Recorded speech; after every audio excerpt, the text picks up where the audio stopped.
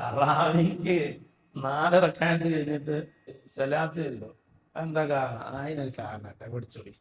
തറാവിന്റെ ഇടയ്ക്ക് സലാത്ത് തന്നെ അല്ലണമെന്നില്ലല്ലോ, എന്തിനാ ചെല്ലി പറഞ്ഞാൽ അതിന്റെ കാരണം എന്താ വെച്ചാൽ നബി സല്ലല്ലാഹു അലൈഹി വസല്ലം പള്ളിയിൽ വന്നിട്ട് 4 ദിവസമാണ് തറാവിക്ക് വെച്ചത്. എത്ര ദിവസം?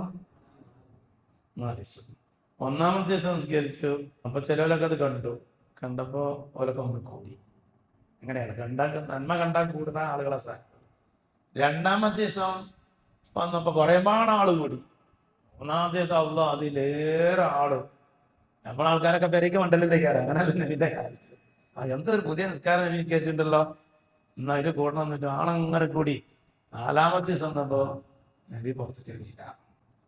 നബി ജനങ്ങളൊക്കെ പാടെ ഒരുമിച്ച് കൂടിയിട്ട് എന്നൊക്കെ അനക്കനൊക്കെ ഉണ്ട്, ഞങ്ങളിവിടെ ഒന്നും അറിയാൻ വേണ്ടി ഒക്കെ ചെയ്യുന്നുണ്ട്. പക്ഷേ മുത്ത് റസൂലുള്ളാഹി എന്ത് ചെയ്തില്ല, പുറത്തേക്ക് എന്തില്ല.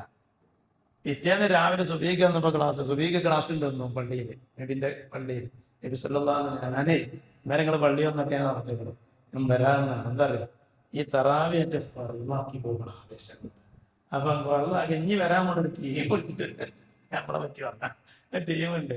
അവറ്റേക്ക് പിന്നെ ഫർളായാലും ഒരു എടുക്കൂല, കുറ്റം.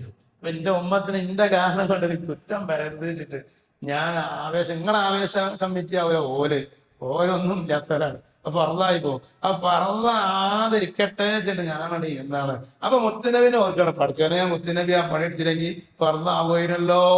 സല്ലൂ അലൽ മുസ്തഫ മുഹമ്മദ്. ആ ഓർമ്മയാണ് പഠിച്ചവനെ ഫർളാക്കിയപ്പോ നബിക്ക് എന്തെങ്കിലും കൊടുക്കുക.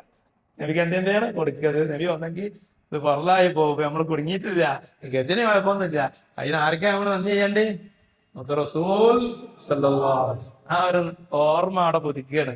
അന്ന് വന്നുകാണ്ട് പേരുടെ എല്ലാം നിന്നെങ്കിൽ ജനങ്ങൾ ആവേശത്തിൽ ഫർളാക്കിക്കാണ്ട് ആകെ ഇടങ്ങാറായാല് നമ്മളെന്ത് ചെയ്യും? കുടുങ്ങൂലേ? തറാക്കി വരണാലേ വരാത്തല്ലേ, തോന്നുള്ളത് വരാത്തന്നല്ലേ.